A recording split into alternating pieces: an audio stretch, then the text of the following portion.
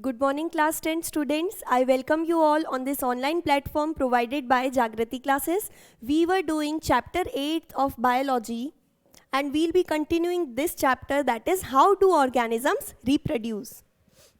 So this video is for class 10th, chapter 8, that is how do organisms reproduce. In the last class we have discussed what is the importance of reproduction in all kinds of organisms, talking about either of the plants or either animals.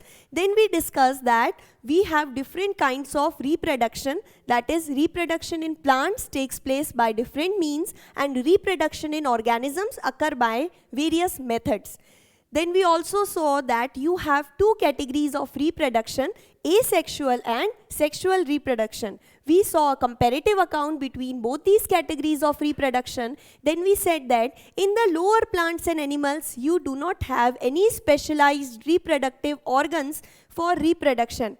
Whereas in the complex, or you might say in developed and advanced forms, either plants or animals, you have certain special organs which are being developed or which are responsible for reproduction. Then we also saw a very important term, variations. What do you mean by variations and what are the causes of variations? How these variations actually are formed, we discussed all this. Then I have started the different methods of asexual reproduction.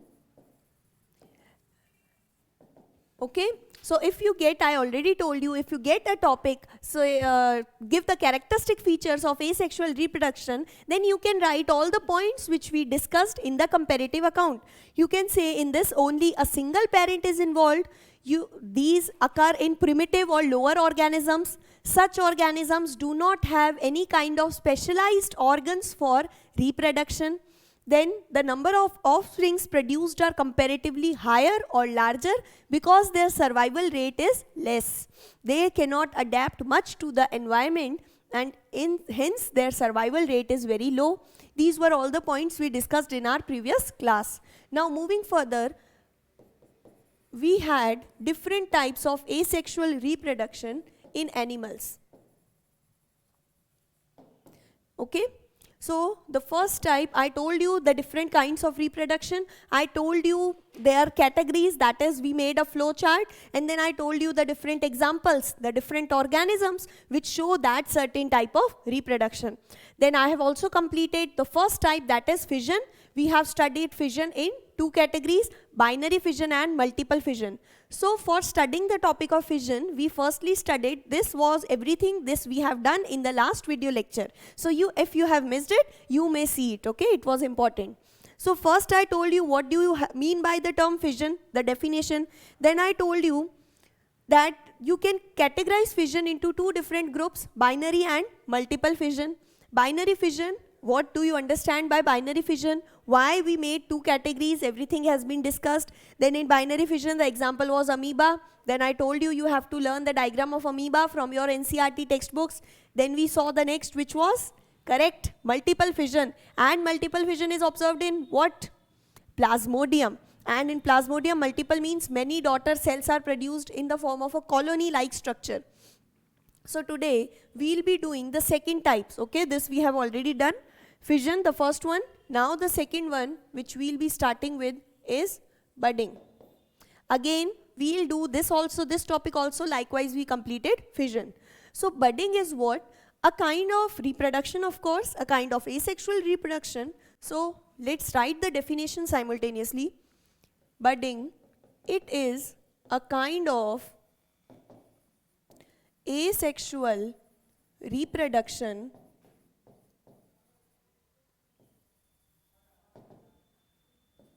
in which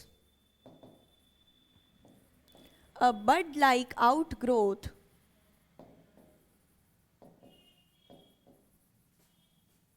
is produced on the body surface. A bud-like outgrowth is produced on the body surface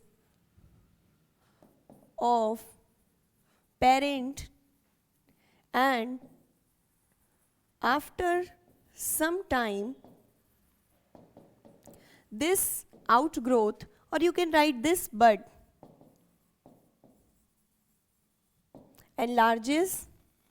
Enlarges means it grows in size, the bud grows in size and detaches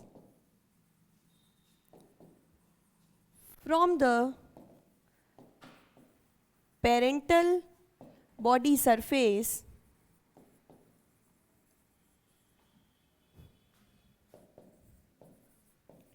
to grow independently. So this would be a detailed description for the process of budding. If you are asked in examinations, what do you mean by the term budding? You can write, this is a kind of asexual reproduction. The important points here are, it is a form of asexual reproduction in which a bud-like outgrowth develops. That is, on the surface of the parent, a sac-like or a outgrowth develops, and this outgrowth is called as bud. And because of the name of this outgrowth as bud, you call the whole process to be budding. So we say that a outgrowth develops which is known as bud, and this outgrowth develops on the outer body surface of parental cell or the parent, and after some time this outgrowth, that is your bud. You can even write this bud, which is the outgrowth, it enlarges somewhat in size and then it gets detached. Detached means it gets separated from the parent body, and it gets detached from the parental body surface, and then it grows independently on its own, and it gets mature to form the similar organism as the parent. And now after some time, this bud which was formed from the parent, and when it will grow and mature, this would further do reproduction. So this is the process of budding what you have with you. So then you can classify the process of budding. Okay, you can classify the process of budding into two different kinds.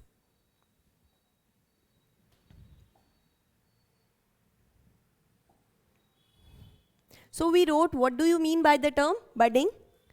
Next we have, you can classify this process of budding into two kinds. The first one is the simple budding,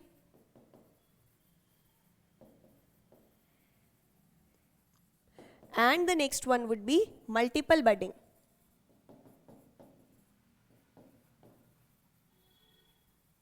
These two categories, like we observed in fission, it is the same. Okay, we observed two kinds of fission. One was binary fission, the next one was multiple fission. Similarly, you have two kinds of budding. This simple budding, or you can say it to be the phenomena of budding, where a single bud develops. So this, the example for this is hydra, and the diagram is beautifully drawn in your CBSE textbooks. You may see it. Budding in hydra is being explained to you. And then you have multiple budding. The example for multiple budding is the yeast cell, or you can say yeast. Now, how budding occurs in hydra? To understand this, hydra has the structure in this similar manner, and then it has different tentacles. Okay, so this is one hydra. What you have, you can also observe the diagram which is given in your NCERT on page number 131. Okay, the diagram is being shown in a green color. A green colored hydra is shown to you beautifully. So this hydra, actually this is the base of the body, this is a filamentous structure, and then you have hair-like outgrowths which are known as tentacles. So when this hydra undergoes reproduction, what happens at the lower body surface, it bulges out. The lower body surface of hydra,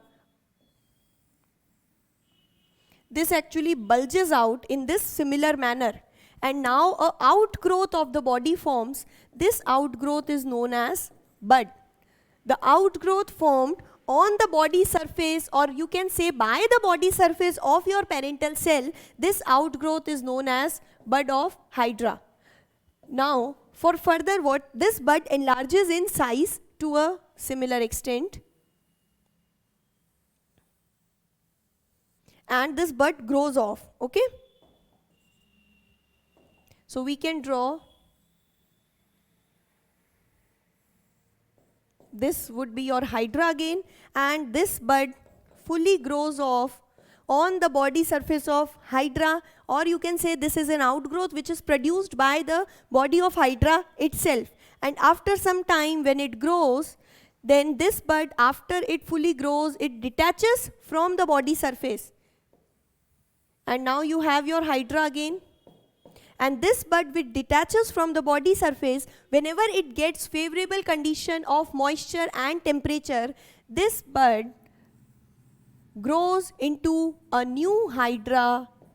That is, the complete hydra is formed from this bud. And in this manner, the process or reproduction occurs in hydra through the process of budding. Okay, I hope you understood this. A similar kind of diagram is also given in your books. The bud which develops, it then enlarges in size. After becoming an outgrowth, it enlarges in size, and now you get the complete hydra from this bud. So this is the case of simple budding. Now next we'll discuss multiple budding, which is observed in yeast cell. So what you have, let's suppose this is a yeast cell. Then on the surface of yeast cell, what happens? A bud forms.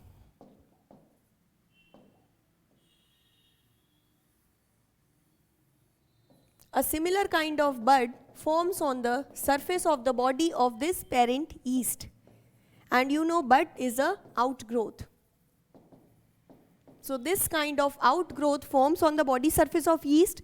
Now next what you have, till the time this bud does not get matured on a full basis and it does not get separated out, in the similar manner, another buds also form on the body surface. And hence, because you do not have the detachment of the first bud, but without detaching the first one, this bud again develops another bud on its body surface. In turn, you get a chain of buds. This you obtain a chain of buds, and because you are getting many number of buds on the same yeast cell, this process is known as multiple budding. Okay, so this is the process of budding which you observe. We have studied what do you understand by the process of budding. Then you have two kinds of processes, that is simple budding observed in hydra and multiple budding which you observed in your yeast cell. Now we'll start the third type of reproduction, which is known as regeneration. Regeneration is whenever any organism has the capacity to regenerate the lost or damaged body part. This capacity is called regeneration. So regeneration can be defined in a manner that it is a type of, or it is a mode of asexual reproduction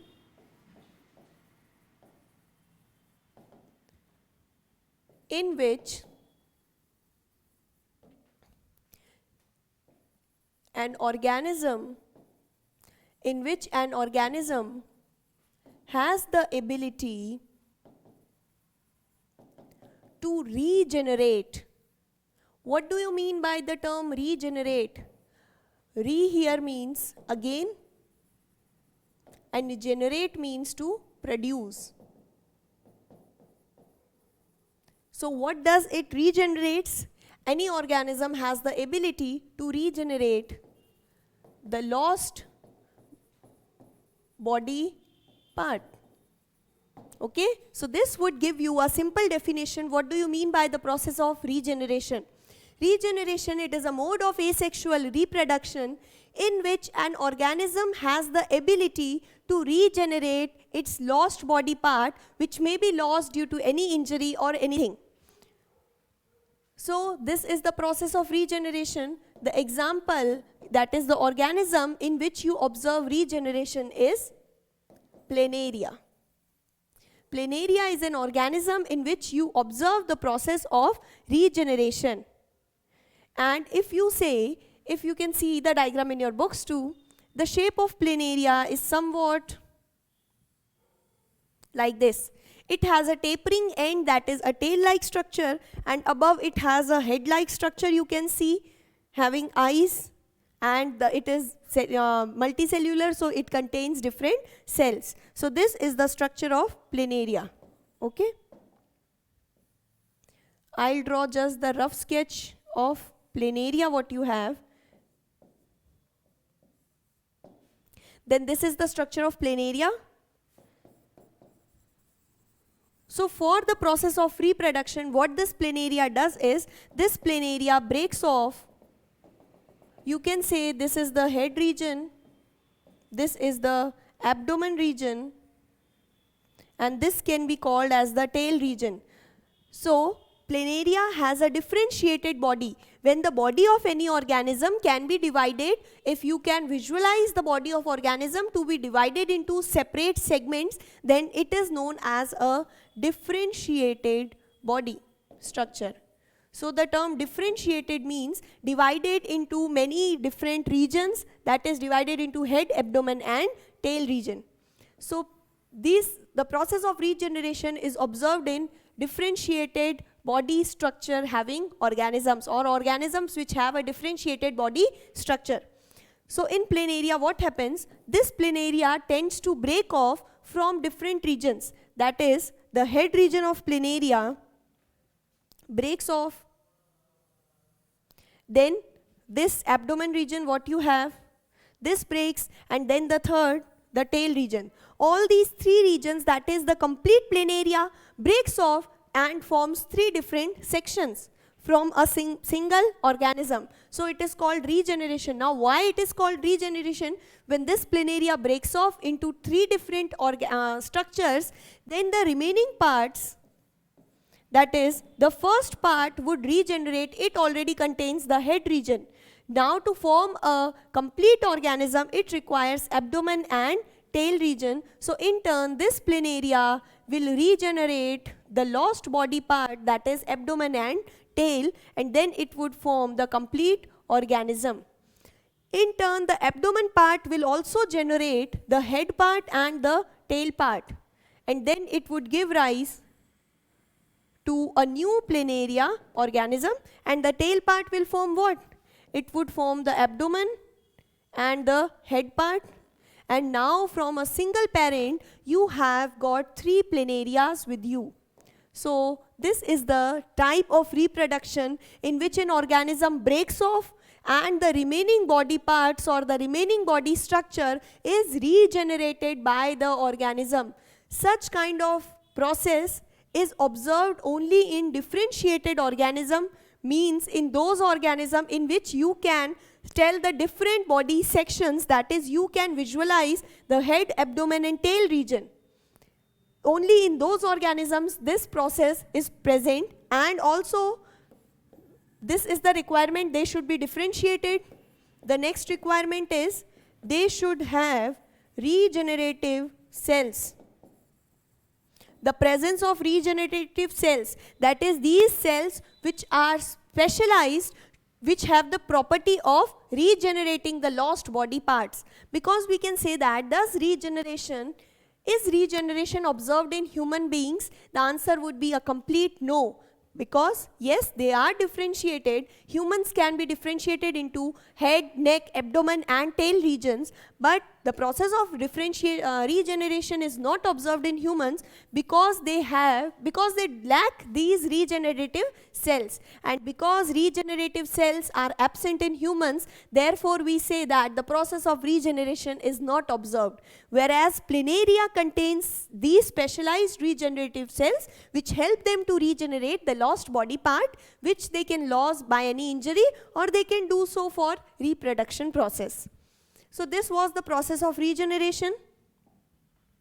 Now the fourth process or the fourth type of reproduction which we need to discuss is fragmentation. Now we need to discuss the fourth process, which is fragmentation.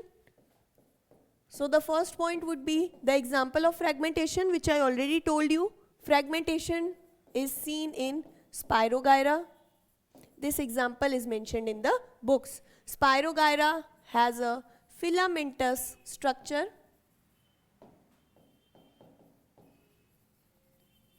Okay, Spirogyra contains a filamentous structure. Then to observe fragmentation, if we try to define the process, then it would be same, it is a mode of asexual reproduction in which an organism breaks off into smaller parts. The organism breaks off into smaller parts. These smaller parts are also called as fragments, and hence the process is named fragmentation. So it is a mode of asexual reproduction in which an organism breaks off into smaller parts which are known as fragments, and each fragment has the ability to form, or you can write to develop into a complete organism. This is what you have the process of fragmentation. Fragmentation, the example for fragmentation is Spirogyra, that is having a filamentous body structure, a thread-like structure in fact, and this is a mode of asexual reproduction in which an organism breaks off into smaller parts. These smaller parts are known as fragments, and then each fragment, that is each filament or each single piece, has the ability to develop into a complete new organism.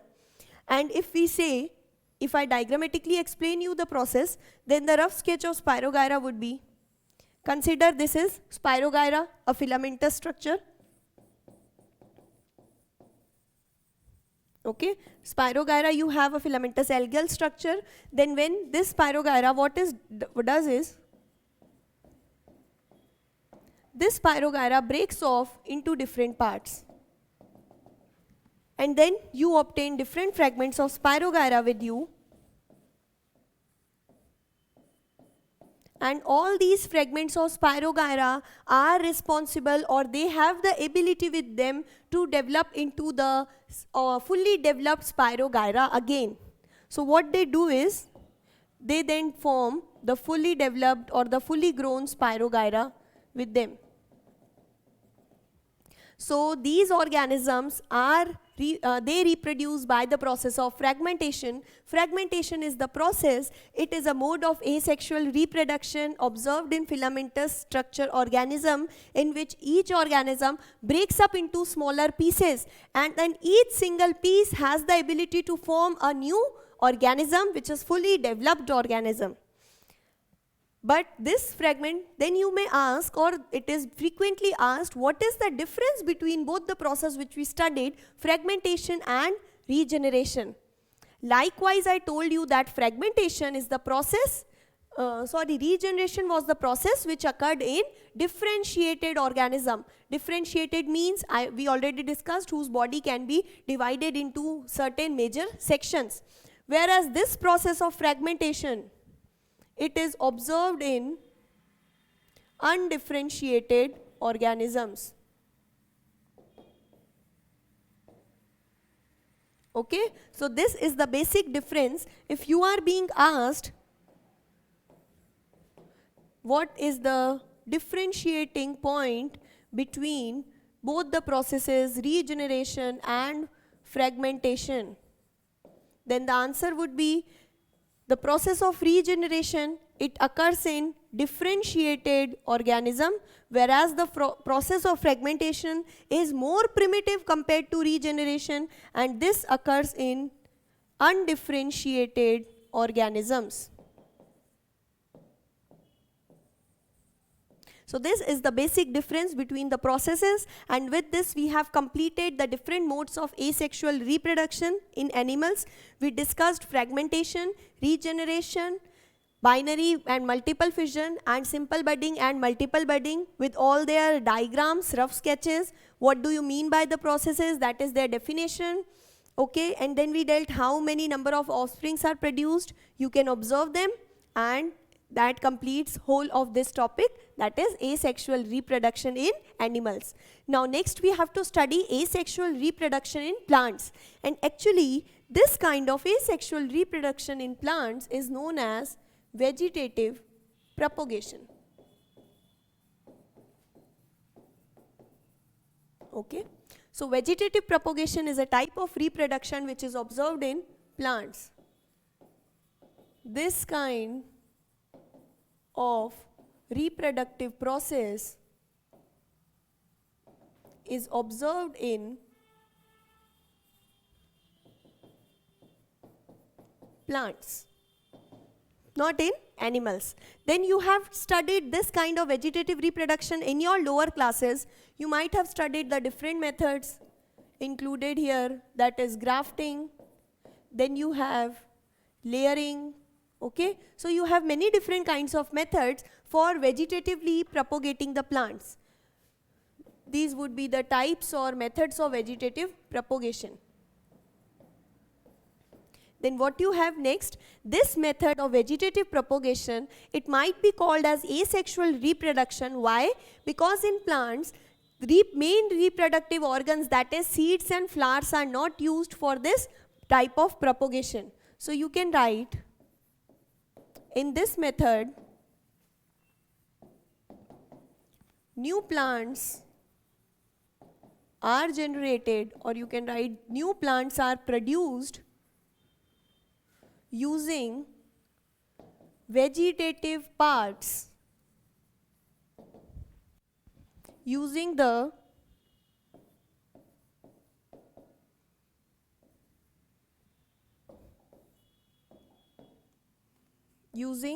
vegetative parts of the plant. I hope you understand the difference between vegetative parts and reproductive parts. Vegetative parts of plant include their roots, stems, leaves, okay, branches. These all parts are called the vegetative parts of the plant. Then you can write, in this technique, reproductive parts of plant are not involved. Reproductive parts. And what is the reproductive part of plant? Flower is the reproductive part of plant. So in this technique, reproductive parts, that is flower, is not involved. Okay, you know that after the flower you have the formation of fruits, and inside the fruits you have seeds. But when you use seeds, that is the seeds are the end products of sexual reproduction in plants. So the flower is not involved. It means in this technique you are not using any type of flower or any kinds of seed to produce new plants.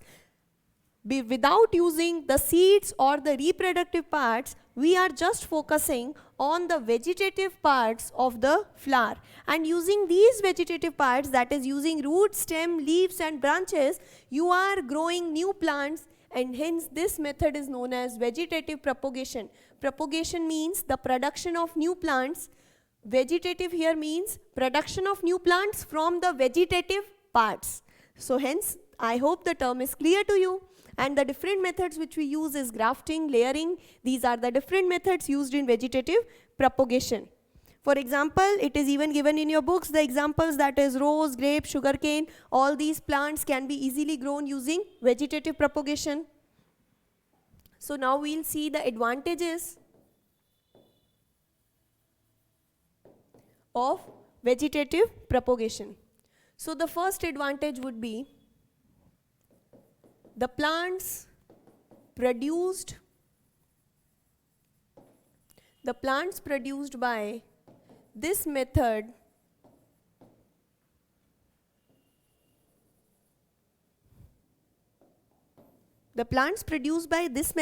they grow in a shorter period if comparatively if you try to grow a new plant by putting in the seeds. So the plants produced by this method grow fast compared to the plants grown using reproductive part, that is seeds. Then you have this method. Okay, normally what we do, if we want to plant a new tree or a new plant, you require the seeds of the plant.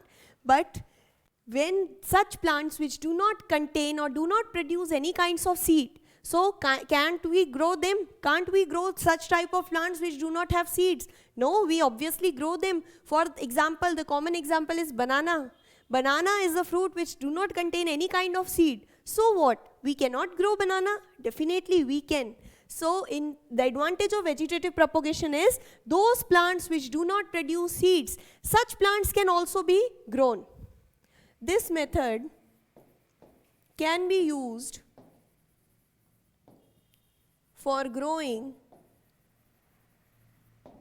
such plants which do not produce any kind of seeds. To remember this point, you can take the example of banana. Banana does not contain any kind of seed, but though we can grow very easily banana by using the process of vegetative reproduction. Okay? Then you can write one more advantage, that is if we grow the plants using seeds, that is if we grow the plants using reproduction methods, then those plants may involve much variation. As we discussed in our previous class, variations are produced as a result when you have some mistake or errors during the DNA copying mechanism. But such plants which are grown from the vegetative parts or by using the method of vegetative propagation, such plants are the exact similar copies of their parent plant. They retain all the characteristic feature of the parent and they do not have any kind of variation. So such plants retain means contain. They have with them all the characteristics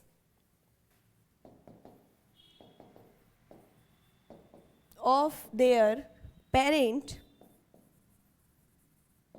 and you can also write as a common point or as a next point,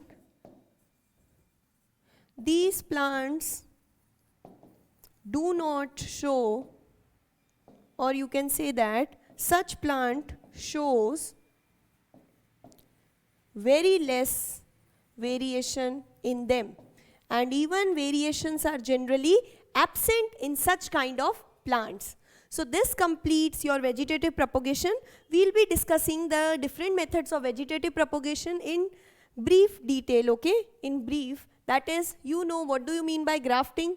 Grafting is very common for rose, layering is done for jasmine, strawberries, etc. So in grafting, what we do is we take the stems or the shoot of rose plant. Rose plant can be grown from grafting technique.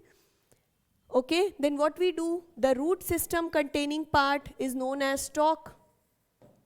The shoot system containing, that is the stem containing part, is called scion.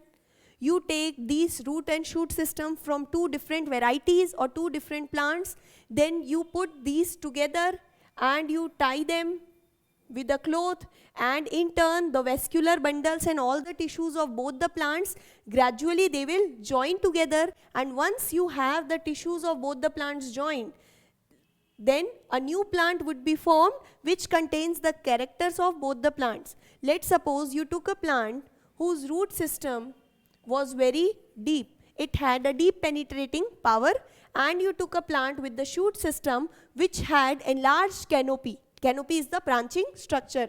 Then the plant which you would get after grafting is successfully done, the plant obtained will have a deeper root system and it would have an enlarged canopy. So this is the advantage. So we'll be discussing in next class a brief idea about all the different types of processes. These all I know you have studied in your junior classes, but I'll be telling you an idea like the different types and their examples and how it is done. And then next we'll be starting with the sexual reproduction in humans as well as in plants. So this, after completing sexual reproduction in humans and in plants, we'll be ending this chapter. So but in the next class we'll see different types of grafting.